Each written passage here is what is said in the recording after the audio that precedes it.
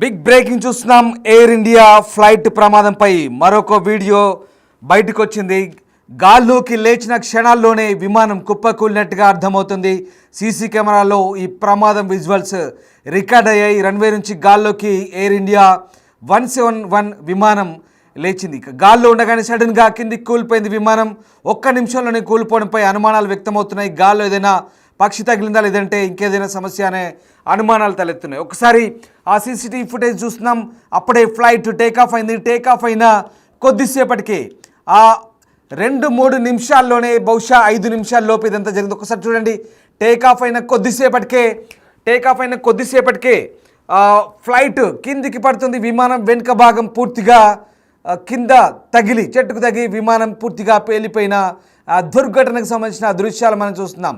గాల్లోకి లేచిన కొద్ది క్షణాల్లోనే పూర్తిగా విమానం టేకాఫ్ అయిన కొద్ది క్షణాల్లోనే ఆ విమానం కూలిపోయిన దృశ్యాలు మనకు కనబడుతున్నాయి. ఒకసారి పైన టాప్స్ తీసేయండి, పూర్తి ఫుల్ ఫ్రేమ్ వేసే ప్రయత్నించండి. ఒకసారి కంప్లీట్గా విమానం సీసీటీవీ ఫుటేజ్ చూస్తున్నాం మనము. ఎస్, ఒకసారి చూడండి, క్షుణ్ణంగా గమనించండి. విమానం టేకాఫ్ అయింది. బహుశా ఇది క్షణాలు వేళ్ల మీద లెక్క పెట్టచ్చు ఎంతసేపో. ఆ సీసీటీవీ ఫుటేజ్ దృశ్యాలు మనం చూస్తున్నాం. AI 171 ఎయిర్ ఇండియా 171 ఫ్లైట్ సంబంధించిన దృశ్యాలు చూస్తున్నాం. టేకాఫ్ అయిన కొన్ని నిమిషాలని, బహుశా 1 లేదా 2 నిమిషాలు పట్టింటుంది. ఎస్, ఒకసారి చూడండి. కింద వెనక భాగము చెట్లకు టచ్ అయింది. అక్కడే ఆ కంటోన్మెంట్ ఏరియాలో ఉన్నటువంటి డాక్టర్స్ హాస్టల్స్కి అక్కడ పూర్తిగా భవనాల పైన పడిపోయిన పరిస్థితి కనబడుతుంది. ఇది లేటెస్ట్ సీసీటీవీ ఫుటేజ్ విజువల్స్ మనం చూస్తున్నాం. ఎయిర్ ఇండియా 171 ఫ్లైట్ సంబంధించిన దృశ్యాలు చూస్తున్నాం. అది ఎగరగానే సరిగ్గా చూడండి, ఫ్లైట్ టేకాఫ్ అవుతుంది, ఎగురుతుంది. ఎగరగానే ఆ మధ్యలో సరిగ్గా ఇక్కడే ఎగరగానే ఈ మధ్యలోనే ఏం జరిగింది? పక్షి ఢీకొట్టిందా లేదా ఏదైనా సాంకేతిక లోపమా? ఏం జరిగింది? సరిగ్గా ఇక్కడే ఈ సమయంలోనే మళ్ళీ డౌన్ అవుతుంది. చూడండి, సరిగ్గా డౌన్ అవుతుంది. డౌన్ అవుతుంది. అలా డౌన్ అవుతూ వెనక భాగము సరిగ్గా అక్కడ ఉన్నటువంటి చెట్లకు ఢీకొట్టి భారీ భవంతుల మీద, రెసిడెన్షియల్ కాంప్లెక్స్ మీద పడిపోయిన పరిస్థితి. సరిగ్గా సముద్ర మట్టానికి 635 అడుగుల ఎత్తులో ఇది ఉంది. దాదాపుగా సరిగ్గా 20,000 లేదా 25,000 అడుగుల ఎత్తులో ఉంటే కనుక, 25,000 ఫీట్లో ఉంటే కనుక ఏదైనా ప్రమాదం నుంచి తప్పించేందుకు వీలుండేది. సరిగ్గా అప్పటికే మేడే కాల్, మేడే అంటూ 3 సార్లు పైలట్ మొత్తుకున్నాడు. ఏటీసీ సెంటర్కి కనెక్ట్ అయింది. కానీ ఏటీసీ సెంటర్ నుంచి రిప్లై వచ్చే లోపే ప్రమాదం, ఘోర దుర్ఘటన. 242 మంది, విజయ్ రూపాణితో సహా, గుజరాత్ మాజీ ముఖ్యమంత్రితో సహా 242 మంది ఆ ఫ్లైట్లో ఉన్నారు. ఆన్ బోర్డ్ 242 మెంబర్స్ ఉన్నారు. అందులో 63 మంది బ్రిటన్ జాతీయులు, 7 పోర్చుగల్ దేశస్థులు, ఒక కెనడియన్ పౌరుడు కూడా ఉన్నట్టుగా తెలుస్తుంది. వీళ్ళంతా కూడా దాదాపు ఎవ్వరూ బతికి బట్ట కట్టినట్టుగా సమాచారం లేదు. కానీ ఒక అద్భుతం జరిగింది. ఒక తాజా బ్రేకింగ్ చూస్తున్నాం. ఒక అద్భుతం జరిగింది. ఇందులో ఒక వ్యక్తి మృత్యుంజయుడిగా బయటపడ్డాడు. రమేష్ విశ్వాస్ కుమార్ అనే వ్యక్తి మృత్యుంజయుడిగా బయటపడ్డాడు. ఆ వ్యక్తి నడుచుకుంటూ వచ్చాడు, చిన్నపాటి గాయాలతో నడుచుకుంటూ వచ్చాడు. ఇది మాత్రం ఒక అద్భుతంగా చెప్పాలి. ఆ ప్రమాదం జరిగిన తర్వాత ఎయిర్ ఇండియా విమాన ప్రమాదంలో ఇతడు మృత్యుంజయుడిగా బయటపడ్డాడు. ప్రమాదం నుంచి స్వల్ప గాయాలతో బయటపడ్డ దృశ్యాలు మనకు కనబడుతూ ఉన్నాయి. ఆ దృశ్యాలకు సంబంధించి 11A సీటు ప్రయాణికుడు రమేష్ విశ్వాస్ కుమార్ 11A సీటు ప్రయాణికుడు రమేష్ విశ్వాస్ కుమార్ బయటపడి నడుచుకుంటూ వస్తున్న దృశ్యాలు కూడా మేము మీకు చూపించాం. ఇవే దృశ్యాలు. ఇదిగో ఇతడే రమేష్ విశ్వాస్ కుమార్. ఆ ఫ్లైటు ఇక్కడ నుంచి అహ్మదాబాద్ నుంచి లండన్ వెళ్ళే ఫ్లైట్లో ఎక్కిన రమేష్ విశ్వాస్ కుమార్ చిన్నపాటి గాయాలతో ఎంత కూల్గా నడుచుకుంటూ వస్తున్నాడు. కాస్త కుంటుకుంటూ నడుస్తున్నాడు అంతే తప్పించి పెద్ద గాయాలేం జరగలేదు అతనికి. అక్కడ పెద్ద గాయాల పాలేం లేదు. ఇతను మృత్యుంజయుడు, బహుశా అత్యంత అదృష్టవంతుడు. మృత్యువును జయించాడు. మృత్యుంజయుడిగా అతడు బయటికి వచ్చాడు. అతడే రమేష్ విశ్వాస్ కుమార్. నడుచుకుంటూ బయటికి వస్తున్న దృశ్యాలు మనం చూస్తున్నాం. ఎమర్జెన్సీ ఎగ్జిట్ నుంచి దూకేసినట్టుగా విశ్వాస్ చెప్తున్నాడు. అహ్మదాబాద్లోనే విమానం ఎక్కాడు రమేష్ విశ్వాస్. 11A సీటు, అది ఎమర్జెన్సీ డోర్ పక్కనే ఉంటుంది. బహుశా ఈ ప్రమాదాన్ని పసిగట్టిన రమేష్ విశ్వాస్ వెంటనే ఎమర్జెన్సీ ఎగ్జిట్ను ఓపెన్ చేశాడు. అది తెరుచుకోగానే అందులోంచి గబగబా బయటికి దూకేశాడు. ప్రాణాలతో బయటపడ్డ ఏకైక వ్యక్తి రమేష్ విశ్వాస్ కుమార్. రమేష్ విశ్వాస్ కుమార్ని ప్రస్తుతం చికిత్స అందిస్తున్నారు. అతనికి సంబంధించి పూర్తి స్థాయి వివరాలు ఆరా తీసే పనులు ఉన్నారు. ఒక్కసారి రమేష్ విశ్వాస్ కుమార్ సంబంధించిన ఆన్ బోర్డ్ పాస్ చూద్దాం. 11A ticket number 11A. Yes, ఆ టికెట్ కూడా చూడండి. రమేష్ విశ్వాస్ కుమార్కి సంబంధించినటువంటి టికెట్ అది. 11A నంబర్ సీట్లో కూర్చున్నాడు. విమానం కూలిపోయిన ఘటనలో ఇతనొక్కడే మృత్యుంజయుడిగా బయటపడ్డాడు. ఆ పక్క విజువల్లో చూస్తున్నాం మనం. ఫ్లైటు ఒక్కసారిగా గాల్లోకి ఎగరడం ప్రారంభించగానే ఎస్ ఎగురుతోంది. ఎగిరిన కొద్ది క్షణాల్లోనే పైకి నెమ్మదిగా వేగం పుంజుకుంటూ పైకి లేస్తుంది. కానీ సరిగ్గా 635 అడుగుల ఫీట్లోకి లేవగానే ఎస్ ఇక్కడ చూడండి రైట్ నెమ్మదిగా అలా అంతే వేగంతో కిందికి కదులుతోంది. అంతే వేగంతో కిందికి ఆ ఫ్లైట్ అక్కడి నుంచి అలా కిందికి వెళ్తూ ఫ్లైట్ వెనక భాగం అక్కడ చెట్టును ఢీకొని తర్వాత కంటోన్మెంట్ ప్రాంతంలో ఉండి జూనియర్ డాక్టర్స్ హాస్టల్స్ మెస్ ఎదుగుతుంది. అప్పుడే సరిగ్గా అది మధ్యాహ్న సమయం. ఆ సమయంలోనే జూనియర్ డాక్టర్లు భోజనానికి వచ్చారు. బహుశా వాళ్ళంతా కూడా కొంతమంది అందులో దురదృష్టవంతులు అనుకోవాలి. ఎందుకంటే అందులో కూడా ఎంతమంది ప్రాణాలు కోల్పోయారు, ఇప్పటివరకు ఎంతమంది గాయాల పాలైనారని ఇంకా తెలియాల్సింది. ఎందుకంటే చాలా పెద్ద సంఖ్యలో ఈ ఫ్లైట్లో ఉన్న 242 మందితో పాటు కింద ఆ 2 భవంతులు కూడా విధ్వంసానికి గురయ్యాయి. 2 భవంతులు కూడా భారీ బ్లాస్ట్ జరిగితే ఏ రకంగా ఉంటుందో ఆ రకంగా 2 భవంతులు కుప్పకూలిపోయాయి. ఆ 2 భవంతులు ఒకటి సీనియర్ రెసిడెంట్ డాక్టర్ల బిల్డింగ్, మరొకటి జూనియర్ డాక్టర్లు ఉన్నటువంటి మెడికల్ ఉన్నటువంటి బిల్డింగ్. అక్కడ ఆ ప్రాంతంలో కూలినప్పుడు బహుశా ఆ కింద ఎంతమంది చనిపోయారనేది ఇంకా క్యాజువాలిటీస్ రిపోర్ట్ కావాల్సిన పరిస్థితి కనబడుతుంది. పూర్తి సమాచారం అందాల్సిన పరిస్థితి కనబడుతుంది. ఎందుకంటే ఇప్పటికే పదుల సంఖ్యలో గాయపడ్డారు, డజన్ల సంఖ్యలో గాయపడ్డారు. వాళ్ళందరినీ కూడా స్థానికంగా ఉన్నటువంటి సివిల్ హాస్పిటల్కి చేర్పించారు. వెంటనే ఎన్డీఆర్ బృందాలు రంగంలోకి దిగాయి, ఇండియన్ ఆర్మీ రంగంలో దిగింది, ర్యాపిడ్ యాక్షన్ ఫోర్స్ రంగంలోకి దిగింది. వెంటనే అంబులెన్సులు, ఆ ప్రాంతం అంతా కూడా సైరన్ల మోత, అంబులెన్సులు వెంటనే పరుగుపరుగున వచ్చేసాయి. ఇక వెంటనే కేంద్ర పౌర విమానయాన శాఖ director general of civil aviation అన్నీ కూడా రంగంలోకి దిగాయి, దర్యాప్తు ప్రారంభించాయి. ఏం జరిగింది? సరిగ్గా ఆ 5 నిమిషాల్లోనే ఈ ప్రమాదం జరిగింది. 242 మందితో 12 మంది క్యాబిన్ క్రూతో, పైలట్తో సహా, pilot Sumit Sabharwal, pilot Clive, వీళ్ళంతా కూడా హోస్ట్ చేస్తున్నారు ఆ ఫ్లైట్ని. దాదాపు 10 మంది క్యాబిన్ క్రూ ఉన్నారు. వీళ్ళందరితో కలిసి బయలుదేరిన ఎయిర్ ఇండియా విమాన ప్రమాదం ఇవాళ ఒక విషాదాంతంగా ముగిసిన పరిస్థితి. భారతదేశ చరిత్రలోనే అతిపెద్ద విమాన దుర్ఘటన ఇది. గతంలో చరిత్రలో చాలా విమాన ప్రమాదాలు జరిగే భారత్లో కూడా, కానీ ఇప్పుడు ఇది అతిపెద్ద విమాన ప్రమాదంగా చెప్పొచ్చు. 241 ప్రయాణికులతో ఉన్నటువంటి విమానం హాస్టల్పై కూలడంతో దాదాపుగా అందరూ చనిపోయినట్టు భావిస్తున్నారు. కానీ ఒక్కరే రమేష్ విశ్వాస్ మృత్యుంజయుడిగా బయటపడ్డాడు. సో 242 మందిలో ఇతనొక్కడే బతికి బయటపడ్డట్టుగా మనకు అర్థమవుతుంది. పక్క బాక్స్లో చూస్తున్నారు ఆ విజువల్. రమేష్ విశ్వాస్ నడుచుకుంటూ వెళ్తున్న దృశ్యాలు మనకు కనబడుతూ ఉన్నాయి. ప్రస్తుతం ఇతనిపైనే అందరి దృష్టి. ఇప్పుడు చనిపోయిన వాళ్ళలో 160 మంది భారతీయులు ఉన్నారు, దాదాపు 53 మంది బ్రిటిష్ దేశస్తున్నారు, అలాగే 7 పోర్చుగీస్ పౌరులు ఉన్నారు, అలాగే ఒక కెనడియన్ జాతీయుడు ఉన్నాడు. సో మొత్తం అందరూ కూడా ఒకరు మినహా అందరూ కూడా చనిపోయినట్టుగా భావించాల్సి వస్తుంది. ఇక ఈ ప్రమాదానికి సంబంధించి ఇప్పటికే డీజీసీఏ దర్యాప్తు మొదలుపెట్టింది. బ్లాక్ బాక్స్ను కూడా స్వాధీనం చేసుకున్నట్టుగా తెలుస్తోంది. బ్లాక్ బాక్స్ను క్షుణ్ణంగా పరిశీలిస్తే కనుక ప్రమాదం జరిగిన తీరు, అంటే మేడే కాల్కు సంబంధించి రిప్లై ఈ పైలట్ వినేలోపి, మేడే కాల్ అంటే సాధారణంగా ఈ మేడే కాల్ అంటూ నేను మీకు వివరించే ప్రయత్నం చేస్తాను. మేడే కాల్ అంటే సాధారణంగా విమానాల్లో లేదా నావీ సంబంధించినటువంటి ఎమర్జెన్సీ సంబంధించిన అలర్ట్గా చెప్తారు. ఒకసారి రమేష్ విశ్వాస్ సంబంధించినటువంటి ట్రీట్మెంట్ సంబంధించిన ఫోటో ఒకటి చూస్తున్నాం. తొలుత నడుచుకుంటూ వెళ్తున్న వ్యక్తి రమేష్ విశ్వాస్, తర్వాత మళ్ళీ హాస్పిటల్లో చేర్పించిన తర్వాత అతని స్టేటస్ ఒక్కసారి చూడండి. చిన్నపాటి గాయాలు మాత్రమే అయ్యాయి, బాగానే ఉన్నాడు, నడుచుకుంటూ వస్తున్నాడు. కాస్త కుంటూ నెమ్మదిగా నడుచుకుంటూ వెళ్తున్న పరిస్థితి, అంటే కొంత కాలు అక్కడ బెనికినట్టుగా కనిపిస్తోంది. తర్వాత బాగానే నడుచుకుంటూ వచ్చాడు.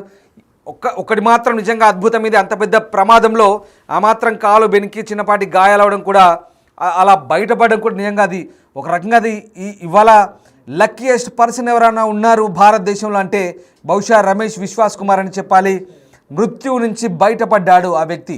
సరిగ్గా ఎగురుతున్న విమానం ఉందే, అదే విమానంలో రమేష్ విశ్వాస్ కూడా ఉన్నాడు.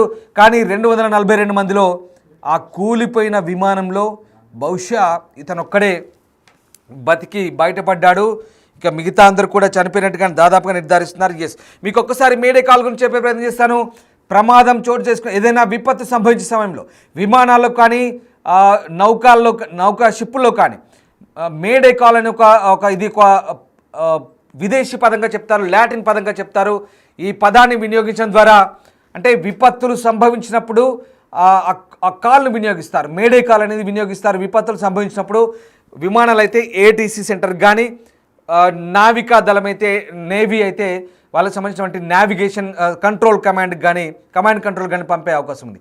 ఈ కాల్ పంపినప్పుడు విపత్తు సంభవించినప్పుడు తాము ప్రమాదంలో ఉన్నామంటూ ఆ ఎయిర్ ట్రాఫిక్ కంట్రోల్ సెంటర్కు ఆ సిగ్నల్స్ పంపిస్తారు. తద్వారా వీలైతే దానికి సంబంధించినటువంటి పర్యవసానాలు ఎదుర్కోవడానికి లేదా ఆ ప్రమాదాన్ని అరికట్టడానికి లేదా ప్రాణ నష్టం తగ్గించడానికి ఈ మేడే కాల్ ద్వారా తగిన చర్యలు తీసుకుంటారు. కానీ ఇక్కడ సరైన సమయం లేదు. ఒకసారి గమనించండి, 635 అడుగుల ఎత్తు మాత్రమే ఉందంటే చాలా తక్కువ ఎత్తులో ఉంది. ఒకసారి మీకు ఆ దృశ్యాలు చూస్తే అర్థమవుతాయి. బహుశా ఒక ఫ్లైట్ సరిగ్గా ఒక జోన్లో వెళ్ళాలంటే 25,000 నుంచి దాదాపుగా 30,000 అడుగులో ఉండాలి. ఒకసారి ఆ ఫ్లైట్ చూడండి, సరిగ్గా సర్దార్ వల్లభాయ్ పటేల్ అంతర్జాతీయ విమానాశ్రయం నుంచి టేక్ ఆఫ్ అవుతుంది. బహుశా ఆ సమయంలో అందులో ఉన్న వ్యక్తులకి తెలియదు బహుశా అదే తమ చివరి క్షణాలని. నిజంగా వాళ్ళంతా కూడా ప్రాణాలు కోల్పోయారు. ఒక బ్రిటిష్ జాతీయుడు కూడా ఆ లాంజ్లో, ఎయిర్పోర్ట్ లాంజ్లో తీసిన వీడియో కూడా ఇప్పుడు ఇన్స్టాగ్రామ్లో వైరల్గా మారుతుంది. ఎస్, సరిగ్గా ఈ మధ్యలోనే ఏదో జరిగింది. పక్షి ఢీ కొట్టిందా, లేదా ఇంజన్లు ఫెయిల్ అయ్యాయా, లేదా గేర్ బాక్స్ అది దాదాపుగా గేర్ బాక్స్ అనేది కంప్లీట్గా అత్యంత అధునాతన హైడ్రాలిక్ గేర్ బాక్స్తో కూడి ఉంటుంది. గేర్ బాక్స్లో ఏదైనా లోపమా, కాక్పిట్లో ఏదైనా లోపమా, ఇవన్నీ కూడా బ్లాక్ బాక్స్ దర్యాప్తులో ఇప్పుడు వెల్లడే అవకాశం కనిపిస్తుంది. ఎస్, ఒకసారి నేను మీకు ప్రమాద ఘటనకు సంబంధించిన వివరాలు చెప్పే ముందు కొన్ని ఆసక్తికర పరిణామాలు చోటు చేసుకున్నాయి. బహుశా ఈ హైడ్రాలిక్ గేర్ బాక్స్లో లోపమా, ఇంజన్లో లోపమా, కాక్పిట్లో లోపమా, ఇవన్నీ కూడా ఇప్పుడు దర్యాప్తులో తేలే అవకాశం అయితే కనిపిస్తుంది. బట్ ఒక బ్రిటన్ జాతీయుడు ఇంటికి వెళ్ళే ముందు అతను సరదాగా ఒక వీడియో తీశాడు. Back to home, we're very happy, మేము చాలా హ్యాపీగా ఉన్నాం, ఇంటికి వెళ్తున్నాం, లండన్కి వెళ్తున్నాం, గుడ్ బై ఇండియా అంటూ అతను ఒక వీడియో తీశాడు బ్రిటన్ జాతీయుడు. ఆ వీడియో ఇప్పుడు వైరల్గా మారుతున్న పరిస్థితి కనబడుతోంది. ఇక వెంటనే ఈ బోయింగ్కి సంబంధించి ఇప్పటికే అటు ప్రపంచ దేశాలు కూడా స్పందించాయి. బోయింగ్ విమాన ప్రమాదానికి సంబంధించి ఇప్పటికే బ్రిటన్ ప్రధాని కీర్ స్టార్మర్ కూడా సంతాపాన్ని వ్యక్తం చేశాడు. తన బాధాతప్త హృదయంతో ఉన్నట్టుగా చెప్తున్నారు. మరోవైపు రష్యా అంబాసిడర్ కూడా స్పందించారు. ఇది ఈ ఘోర దుర్ఘటన కలిసివేసిందని చెప్తున్నారు. మరోవైపు బోయింగ్ కంపెనీకి చెందిన ప్రతినిధులు అలాగే ఈ ప్రమాదాన్ని విశ్లేషించేందుకు అమెరికా నుంచి ఇప్పటికే నిపుణులు భారత్కు బయలుదేరినట్టుగా కూడా తెలుస్తుంది. ప్రమాదాన్ని విశ్లేషించేందుకు ముఖ్యంగా బ్లాక్ బాక్స్ లభ్యమైంది. బ్లాక్ బాక్స్ను స్వాధీనం చేసుకున్న తర్వాత బ్లాక్ బాక్స్లో నిక్షిప్తమైనటువంటి సమాచారం అంతా కూడా సేకరించే పనిలో ప్రస్తుతం అధికారులు ఉన్నారు. ఈ ప్రమాదం ఎలా జరిగింది, ఎందుకు జరిగింది, అసలు పైలట్కు ప్రమాదం జరిగిన సమయంలో ఎందుకు సమయం దొరకలేదో ఈ మొత్తం విశ్లేషణ చేసే ప్రయత్నంలో ఉన్నారు. ఎస్, మా ప్రతినిధి శివ ఢిల్లీ నుంచి జాయిన్ అవుతున్నారు. శివ, అసలు ప్రమాదానికి సంబంధించి ప్రాథమికంగా DGCA director general of civil aviation ఏమని నిర్ధారించింది, అలాగే ఎయిర్పోర్ట్ అథారిటీస్ ఏం చెప్తున్నాయి, పౌర విమానయాన శాఖ ఇప్పటి వరకు ఎలాంటి అధికారిక ప్రకటన చేసింది? ప్రధానంగా చూసుకుంటే ఏదైతే ఈ రోజు మధ్యాహ్నం అహ్మదాబాద్ నుంచి లండన్ బయలుదేరిన ఎయిర్ ఇండియా బోయింగ్ విమానం విత్ ఇన్ 30 seconds లోనే అంటే మొత్తం రన్వే విడిచి వెళ్ళిన తర్వాత వెంటనే టేక్ ఆఫ్ అయిన విత్ ఇన్ 30 seconds లోనే అక్కడ సమీపంలో ఉన్న డాక్టర్స్ ఉంటున్న ఒక హాస్టల్ ఏదైతే ఉందో దాని మీద కుప్పకూలడంతో ఆ బిల్డింగ్ కూడా దెబ్బతింది. దాంట్లో ఉన్న డైనింగ్ హాల్లోకి వచ్చినప్పుడే భోజనం చేస్తున్న డాక్టర్స్ కూడా దాదాపు 20 మందికి పైగా మృతి చెందారు. అయితే దీంట్లో ప్రధానంగా చూసుకుంటే 242 మంది ప్రయాణిస్తున్నారు. ఎక్కువగా యూకేకి సంబంధించిన వారు 53 మంది ఉన్నారు. ఇటు భారత్ కు సంబంధించి 150 మందికి పైగా ప్రయాణికులు ఉన్నారు. ఇటు ఎయిర్ ఇండియా సిబ్బంది, ఇతర దేశాలకు సంబంధించి మొత్తం 242 మంది అక్కడ ప్రయాణిస్తున్నట్టు తెలుస్తుంది. దీనికి ప్రధాన కారణం సాంకేతిక లోపాలే ప్రధాన కారణంగా కూడా భావిస్తున్నారు. దీనికి సంబంధించి ఏదైతే ఢిల్లీ నుంచి అహ్మదాబాద్ ప్రయాణించిన ఒక ప్రయాణికుడు కూడా దానికి సంబంధించి మెయింటెనెన్స్ కానీ మరో ఏసీ ఒకటి పని చేయడం లేదు, దాని మెయింటెనెన్స్ సరిగా లేదంటూ కూడా ఎయిర్ ఇండియాకు కంప్లైంట్ చేశాము. కానీ నేను ఢిల్లీ నుంచి అహ్మదాబాద్ వచ్చాను. అక్కడ అహ్మదాబాద్ నుంచి వితిన్ 2 hours లో అక్కడ నుంచి లండన్ బయలుదేరింది. అక్కడ ఈ ప్రమాదం చోటు చేసుకుంది. ఏదైతే టేక్ ఆఫ్ అయిన మొత్తం 30 seconds లోనే మనం వీడియో కూడా చూస్తే కనుక అక్కడ సీసీ ఫుటేజ్ కూడా ఎయిర్పోర్ట్ అథారిటీ రిలీజ్ చేసింది. వితిన్ 30 seconds లోనే విమానం అనేది పడిపోయిన పరిస్థితి కనిపిస్తుంది. అయితే ఈ విమానంలో ప్రయాణిస్తున్న ఒక ప్రయాణికుడు మినహా మిగతా అందరూ కూడా చనిపోయారనేది ఒక ప్రధానంగా తెలుస్తుంది.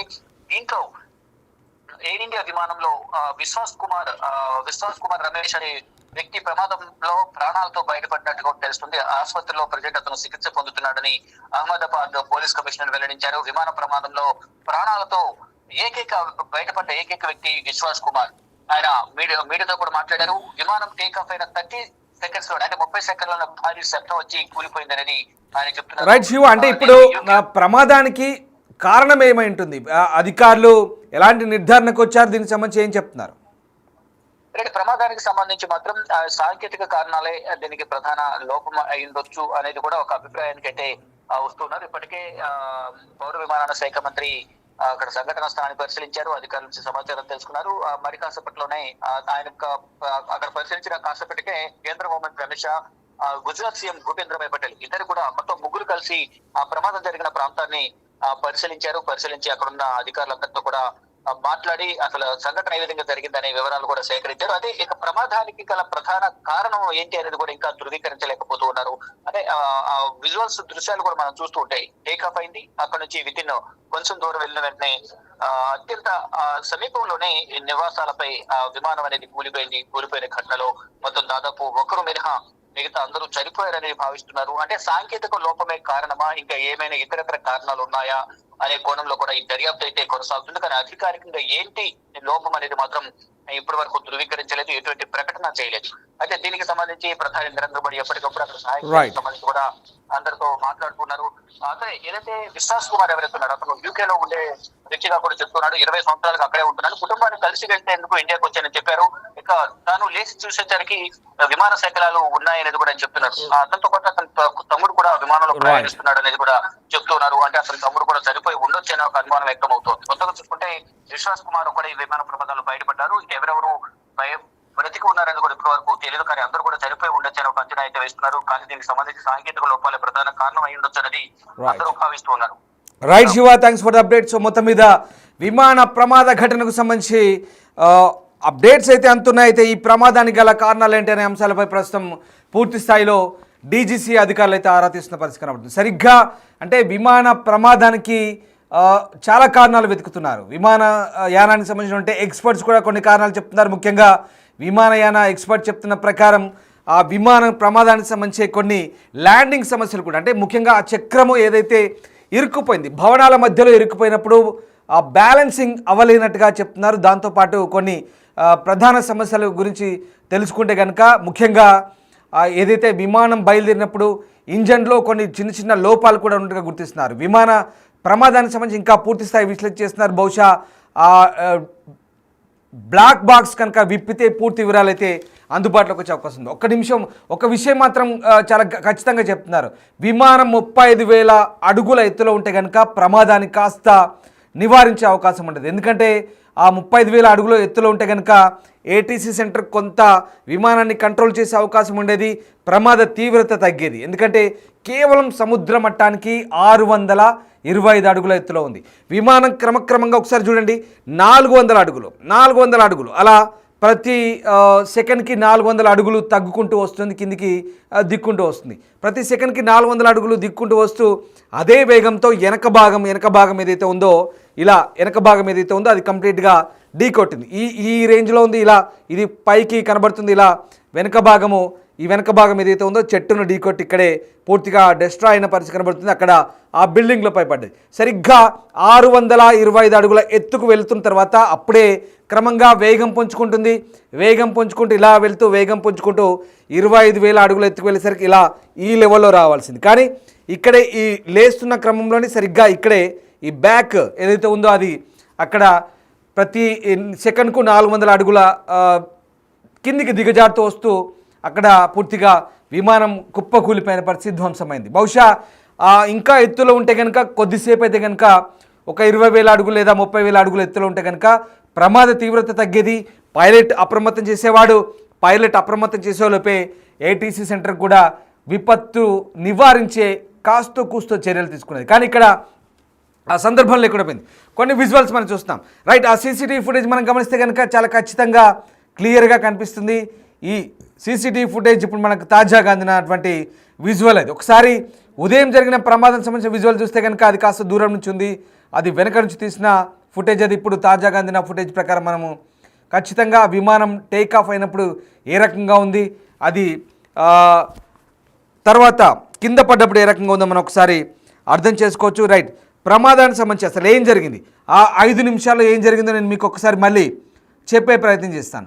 ఈ సరిగ్గా air India Boeing 787 dream liner 11 సంవత్సరాల పాతదని చెప్తున్నారు. 1:39 టేక్ ఆఫ్ అయ్యే సమయానికి ఇది రన్వే పైంది. ఉపగ్రహ డేటా ప్రకారం 1:38 రన్వే నుంచి చివరిలో ఉంది.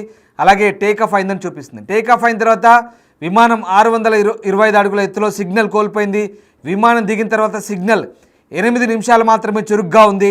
మధ్యాహ్నం 1:40 కూలిపోయింది. విమానం నిలుపు వేగాన్ని పరిశీలిస్తే నిమిషానికి 400 అడుగుల వేగంతో పడిపోతుంది. ఈ సమయంలో పైలట్కు ఏమీ చేయడానికి ఒక్క నిమిషం కూడా సమయం లేదు. విమానం సముద్ర మట్టానికి 625 అడుగుల ఎత్తులో ఉంది. 35,000 అడుగుల ఎత్తులో ఉంటే సిబ్బందికి పరిస్థితిని నిర్వహించడానికి ఎక్కువ సమయం ఉండేది. అలాగే విమానంలో దాదాపు 52 మంది బ్రిటిష్ పౌరులు ఉన్నారు. 7 పోర్చుగీస్, 1 కెనడియన్ పౌరులు ఉన్నట్టుగా వెల్లడవుతుంది. పైలట్ తప్పించుకోవడానికి 1 నిమిషం మాత్రమే టైం ఉంది. కానీ ఆ టైం కూడా లేదు, చాలా షార్ట్ స్పాన్. ఆ రకంగా విమానయాన నిపుణురాలు వందనా సింగ్ చెప్తున్న ప్రకారం ఇక ల్యాండింగ్ సరిగ్గా ఆపి ఉండకపోవచ్చు. అది కాకుండా విమానం యొక్క చక్రం భవనంలో ఇరుక్కుపోయినట్టు కనిపిస్తుంది. కాబట్టి బ్యాలెన్స్ సమస్య ఉండొచ్చు అనేది ఆమె చెప్తున్నటువంటి విషయం. ఏదేమైనా మొత్తం విషయాలన్నీ కూడా దర్యాప్తులో వెల్లడే అవకాశాలు కనిపిస్తున్నాయి. ఓవరాల్గా ఈ విమాన ప్రమాదానికి సంబంధించి అనేక అంశాలైతే ప్రస్తుతం వెలుగు చూస్తున్న పరిస్థితి కనబడుతుంది. గుజరాత్ మాజీ ముఖ్యమంత్రి విజయ్ రూపానీ దుర్మరణం చెందారు. తాజా అప్డేట్ ఇది. దుర్మరణం చెందారు ఆయన. ఈ విమాన ప్రమాదంలో మరణించడం బాధాకరం. ఆయనతో పాటు మొత్తం ఒకరు మినహా 241 మంది ప్రస్తుతం ప్రాణాలు కోల్పోయినట్టుగా అంచనాకు వస్తున్నారు అధికారులు.